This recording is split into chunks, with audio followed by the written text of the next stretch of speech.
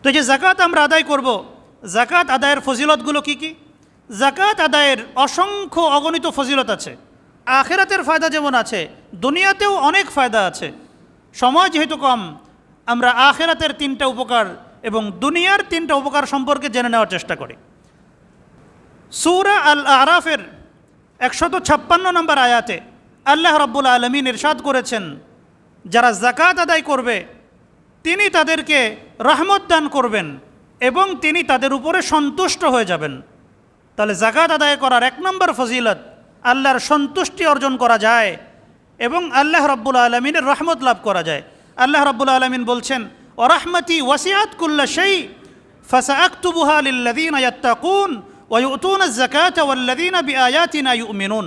আল্লাহ বলছেন, আমার রহমত সকল কিছুকে পরিবেষ্টন করে আছে, কিন্তু আমি আমার এই রহমত বিশেষভাবে আমার ওই সমস্ত বান্দাদের জন্য নির্দিষ্ট করব, তাদেরকে দান করব যারা পরহেজগারি অবলম্বন করে, যারা জাকাত আদায় করে এবং যারা আমার নিদর্শনাবলীকে বিশ্বাস করে।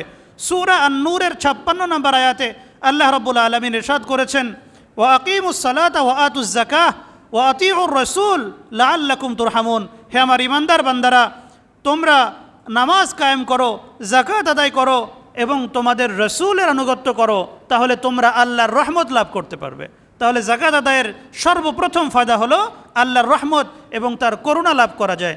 2 নম্বর ফায়দা, আল্লাহ রাব্বুল আলামিন জাকাতের ফজিলতকে হাজারো কোটি গুণে বৃদ্ধি করে দেন। সূরা আর-রুমের 39 নম্বর আয়াত আল্লাহ রাব্বুল আলামিন ইরশাদ করেছেন, ওয়ামা আতাইতুম মিন যাকাতিন তুরিদুনা ওয়াজহাল্লাহ ফাউলাইকা হুমুল মুযইফুন। আর শোনো, যারা জাকাত আদায় করে আমি তাদের প্রতিদানকে হাজারো কোটি গুণে বৃদ্ধি করে দেই। সুবহানাল্লাহি ওয়া বিহামদিহি। আখিরাতে তো বৃদ্ধি করাই হয়, দুনিয়ার বুকেও বৃদ্ধি করে দেওয়া হয়। 3 নম্বর, যারা জাকাত আদায় করবেন কিয়ামতের দিন তাদেরকে জান্নাতে যাওয়ার জন্য জান্নাতের স্পেশাল দরজা দিয়ে ডাকা হবে। সহিহ বুখারীতে হাদিস বর্ণিত হয়েছে, বুখারী শরীফের 1897 নম্বর হাদিস, আল্লাহ রসুল বলেছেন, ওমান কানা মিন আহলি সাদাকা দুইয়া মিন বাবি সাদাকাতি। আর লোকদের মধ্যে যারা জাকাত আদায় করার ব্যাপারে যত্নশীল ছিল, কিয়ামতের দিন তাদেরকে জান্নাতে যাওয়ার জন্য জান্নাতের স্পেশাল বাবুস সাদাকা দিয়ে ডাকা হবে। সুবহানাল্লাহি ওয়া বিহামদিহি। দুনিয়ার অনেক অনেক উপকার রয়েছে।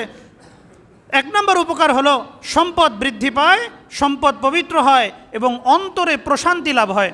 সূরা আত-তাওবার 103 নম্বর আয়াতে এসেছে, আল্লাহ রাব্বুল আলামিন নবী করিম সাল্লাল্লাহু আলাইহি সাল্লামকে লক্ষ্য করে ইরশাদ করেছেন, খুয মিন আমওয়ালিহিম সাদাকাতান তুতাহহিরুহুম ওয়া তুযাক্কিহিম বিহা ওয়া সাল্লি আলাইহিম ইন্না সালাতাকা সাকানুল লাহুম। আল্লাহ রাব্বুল আলামিন বলছেন, হে আমার নবী, আপনি আপনার সাহাবীদের থেকে যাকাত গ্রহণ করুন, সাদাকা গ্রহণ করুন, এর মাধ্যমে তারা পবিত্র হয়ে যাবে, তাদের সম্পদ পবিত্র হয়ে যাবে এবং আপনি তাদের জন্য দোয়া করুন। আপনার দোয়া এটা মুমিনদের প্রশান্তির কারণ। সুবহানাল্লাহ। তাহলে জাকাত আদায় করলে অন্তরে প্রশান্তি লাভ হয়, জাকাত আদায় করলে সম্পদ পবিত্র হয়, অন্তর পবিত্র হয়ে যায়। 2 নম্বর ফায়দা, জাকাত আদায় করলে সম্পত্তিতে বরকত হয়। আল্লাহ রাব্বুল আলামিন সূরা আল বাকারার 276 নম্বর আয়াতে ইরশাদ করেছেন, ইয়ামহাকুল্লাহুর রিবা ওয়া ইউরবিস সাদাকাত। আল্লাহ সুদকে ধ্বংস করে দেন এবং জাকাতকে বৃদ্ধি করেন। সুবহানাল্লাহ। স্বাভাবিকভাবে আমরা দেখি, আমি আমার সম্পদ থেকে জাকাত দিলাম তো সম্পদ তো খরচ হয়ে গেল। আমার 1 কোটি টাকা ছিল, আমি যদি এখান থেকে জাকাত দেই তাহলে 2.5 লক্ষ টাকা চলে গেল, আমার সম্পদ কমে গেল। কিন্তু আল্লাহ বলছেন, শোনো, সম্পদ আমি বাড়িয়ে দেব, তোমরা কোনো দুশ্চিন্তা করো না। আর সম্পদ বাড়ানোর জন্য যদি সুদ খাও, সুদে টাকা লাগাও, তাহলে বরকত ধ্বংস হয়ে যাবে এবং এই সম্পদও বিনাশ হয়ে যাবে। আমরা বাহ্যিক যেটা দেখি, আল্লাহ বলেছেন তার বিপরীত। সত্য কোনটা? যেটা আমরা দেখি না, যেটা আল্লাহ বলেছেন। সত্য সেটাই যেটা আল্লাহ বলেছেন, সত্য সেটাই যেটা আল্লাহ রসুল বলেছেন। এর উপরে কোনো সত্য নেই, এর উপরে কোনো সত্য হতেও পারে না। সম্পত্তিতে বরকত দেওয়ার মালিক কে? আল্লাহ রাব্বুল আলামিন ইরশাদ করেছেন, সম্পদে আমি বরকত দিয়ে দেব। সুতরাং দোস্ত মোহতারাম, যদি আমরা যাকাত আদায় করি আমাদের সম্পদ বাড়বে, কমবে না। হাদিসে পাকে এসেছে, সহিহ মুসলিমের 2588 নম্বর হাদিস, আল্লাহর রসুল সাল্লাল্লাহু আলাইহি সাল্লাম ইরশাদ করেছেন, মা নাকাসাত সাদাকাতুন মিন মালিন। আরে যেই মাল থেকে সাদাকা আদায় করা হয়, যেই মাল থেকে যাকাত আদায় করা হয়, ওই মাল কশ্চিন কালেও কমে না, ওই মাল কোনোদিনও কমে না, বরং বাড়তেই থাকে। 3 নম্বর ফায়দা, এই যাকাতের মাধ্যমে দারিদ্র্য বিমোচন হয়, যাকাতের মাধ্যমে মানবিক সমাজ বিনির্মাণ সহজ হয়।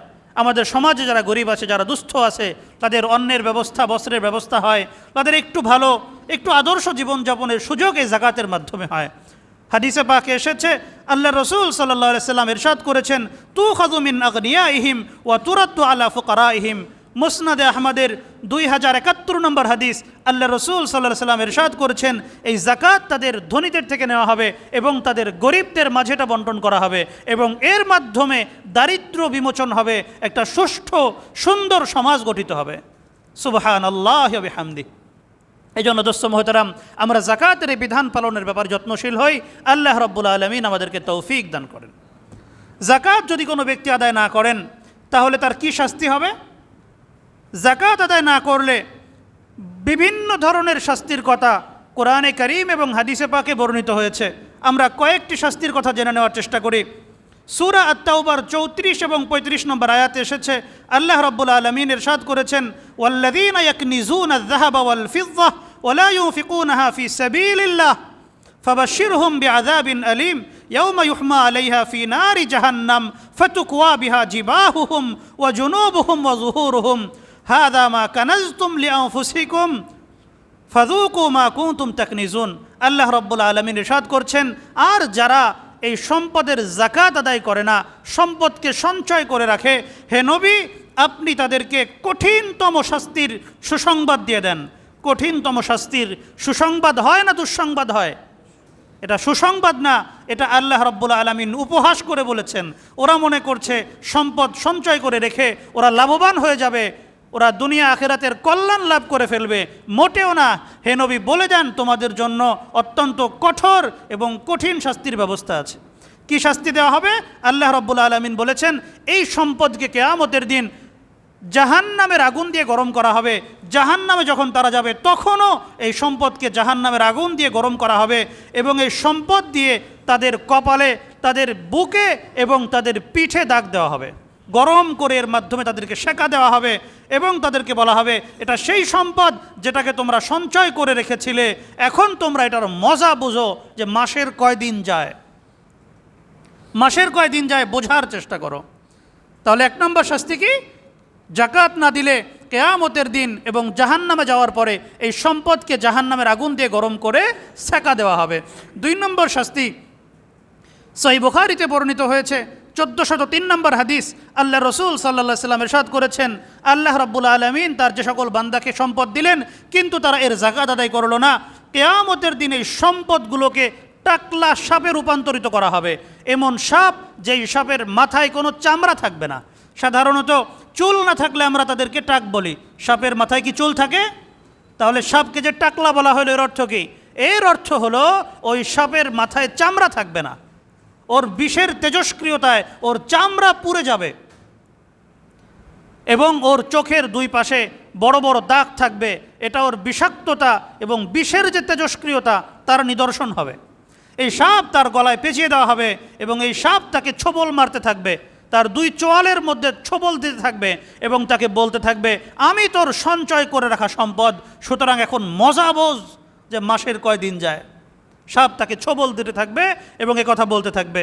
3 নম্বর, তিরমিজি শরীফের 637 নম্বর হাদিসে বর্ণিত হয়েছে, যদি কোনো নারী বা পুরুষ সম্পদের যাকাত আদায় না করে তাহলে এই সম্পদ তাদেরকে পরিধান করিয়ে দেওয়া হবে। ওই হাদিসের মধ্যে এসেছে, নবী করিম সাল্লাল্লাহু আলাইহি সাল্লামের কাছে 2 জন মহিলা এলেন, তাদের হাতে স্বর্ণের চুড়ি ছিল। নবী করিম সাল্লাল্লাহু আলাইহি সাল্লাম তাদেরকে বললেন যে, তোমাদের হাতে যে স্বর্ণের রুলি দেখতে পাচ্ছি, তোমরা কি এর যাকাত আদায় করো? তারা বললেন, না ইয়া রাসূলুল্লাহ, আমরা তো যাকাত আদায় করি না।